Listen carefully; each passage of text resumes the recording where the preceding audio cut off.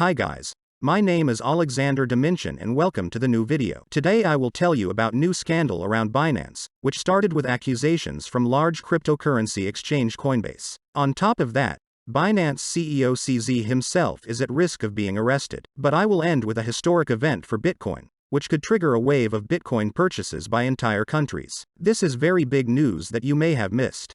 Well, if you like these updates on events from the cryptocurrency world, don't forget to like it. It really motivates me to create new content. Thank you very much for your support. Before we get to our first story, I want to warn you right away that the first part of this video is not as important to Binance as the second part, but it's also worth your attention. Coinbase accused Binance of insider trading. A Coinbase director noticed more than suspicious movements of on-chain money. Coinbase director Connor Grogan accuses Binance of insider trading, pointing to dumps of tokens immediately after their listing. In addition, he found evidence that Binance employees were buying the same tokens right before the listing. Connor studied transactions over a year and a half and concluded that Binance employees' wallets were accumulating cryptocurrencies that Binance was going to add to its trading floor and then selling them 10 minutes after listing, making colossal profits. The most recent example happened with the RPL token on January 18, 2023. Wu Blockchain writes an anonymous wallet bought 6,193 RPL tokens 10 minutes before Binance published the listing announcement for the cryptocurrency, then sold them 10 minutes after the listing,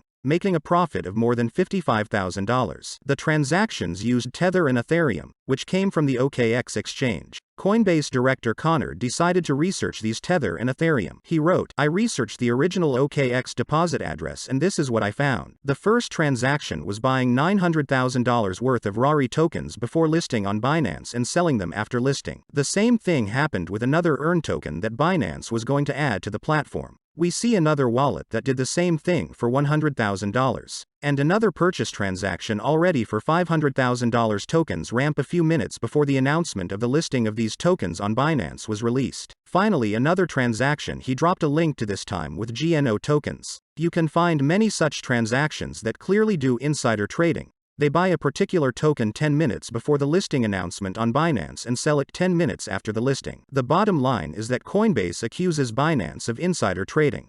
And for some reason I remembered how recently Coinbase employees were imprisoned just for insider trading. And that was the first time in the cryptocurrency world that they had been arrested for insider trading. But that's not all. About a week ago I told you about Bitslato exchange and that its creator was arrested. But Binance turned out to be the largest partner of this exchange, surpassing even the largest darknet market Hydra. The U.S. Department of Justice accused Bitslato of laundering $700 million through the darknet. But here's the interesting thing. More than half of that amount, namely $346 million, was not laundered through the darknet, but through Binance. This is a big warning to Binance from the United States. They arrested the CEO of Bitslato for money laundering. CZ seems to be at risk as well. He seems at risk of repeating the fate of Bitslato's CEO, or he may have to pay a huge fine by the U.S. financial regulator, and the amount of that fine may depend on the performance of his business, Binance itself. What do you think about this in comments? Personally, I don't think that CZ will be arrested, but he will be fined. Like the cryptocurrency lending platform Nexo, for example.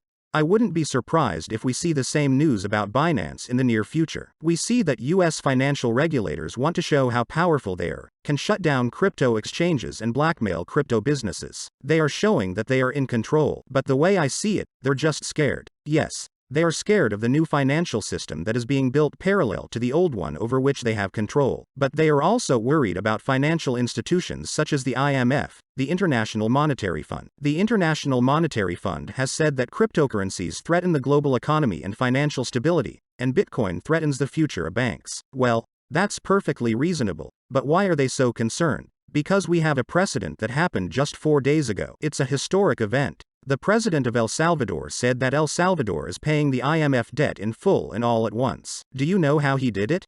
Yes, thanks to an investment in Bitcoin. Everyone laughed when he was buying Bitcoin and Bitcoin was going down. But now Bitcoin has allowed El Salvador to get rid of its debt to the International Monetary Fund completely. Bitcoin has done that. You just think about it. This is the first time in the history of a state, any state, a historical case. This fact is even more mind-blowing when you remember that everyone expected El Salvador to default, but Bitcoin saved that country. El Salvador redeemed $800 million in state bonds, despite a media campaign that predicted the country would default, precisely because of its over-reliance on Bitcoin. But how's that for a Bitcoin ad?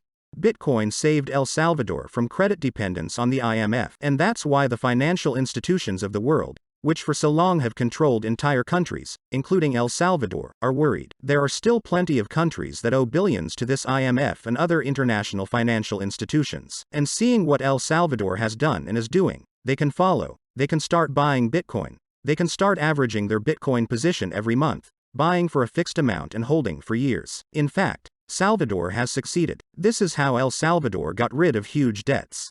A great example for the rest of the world, isn't it? That's all. My name is Alexander Dimension. See you in new videos. See you soon.